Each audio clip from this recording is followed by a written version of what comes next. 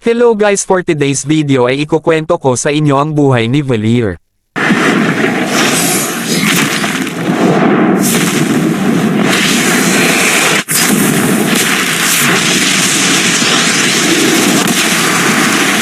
I am the raging fire, the manifestation of ancient.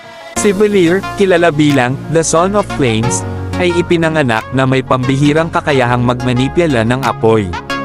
Mula pagkabata, nakita na ang kanyang talento sa pyromancy, na nagdala sa kanya ng maraming paghanga at takot mula sa mga tao sa kanyang paligid.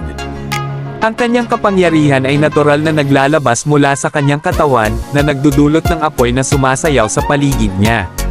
Sa kanyang kabataan, si Valier ay natagpuan ni Gord, isang master ng arcane magic, na agad na kinilala ang kanyang potensyal. Dinala ni Gord si Valier sa kanyang tahanan at tinuruan ng mga sinaunang kaalaman sa magic. Sa ilalim ng gabay ni Gord, natutunan ni Valier na kontrolin at pahusayin ang kanyang pyromantic abilities. Naging malapit ang kanilang relasyon, at turingan nila ang isa't isa bilang guro at mag-aaral. Habang lumalalim ang kanilang pagsasanay, nagsimula ang tensyon sa pagitan ni Valier at Gord. Si Valier ay naging mas ambisyoso, na nagnanais tuklasin ang buong potensyal ng kanyang kapangyarihan sa apoy, samantalang si Gord ay nanatiling mahigpit sa tradisyonal na mga pamamaraan ng magic. Ang kanilang pagtatalo ay humantong sa isang matinding alitan. Sa galit, ginamit ni Gord ang kanyang kapangyarihan upang subukang pigilan si Valier, ngunit tumakas si Valier, dala ang kanyang pagkamuhi at determinasyon na patunayan ang kanyang sarili. Sa kanyang paglalakbay, natutunan ni Valier na palakasin pa ang kanyang kapangyarihan sa apoy. Nakipag-alyansa siya sa mga iba pang malalakas na nilalang at naghanap ng mga sinaunang kaalaman upang higit pang pagyamanin ang kanyang pyromantic abilities. Sa kabila ng kanyang galit kay Gord, natutunan ni Valier na kontrolin ang kanyang kapangyarihan at gamitin ito para sa kabutihan. Si Valier ay nagtataglay ng mga natatanging kakayahan sa pagmanipula ng apoy.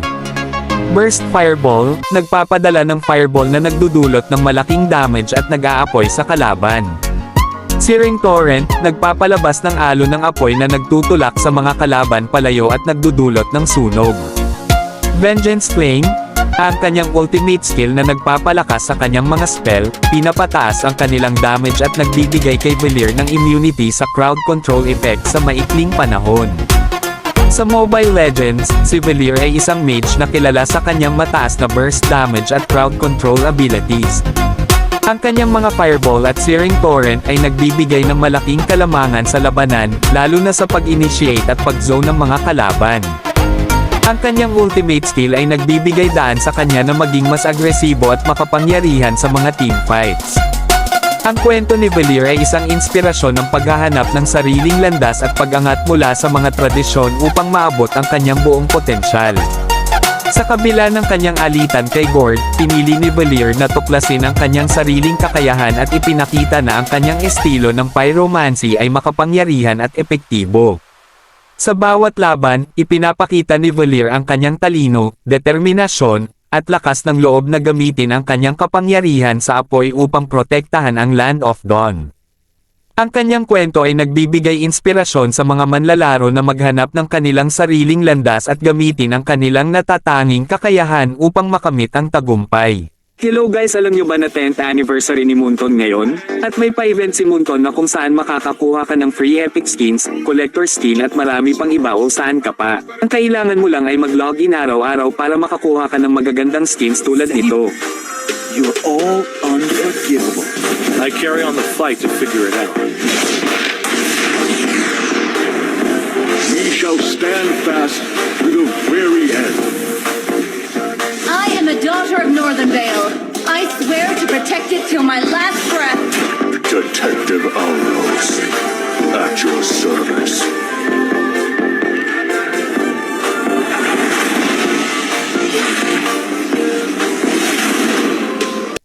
Sana ay nagustuhan nyo ang ating kwento for today's video, at kung gusto nyo pa ng mga ganitong content ay pwede mong i-click ang follow button at like and share mo na din itong video natin. Maraming salamat mga idolo.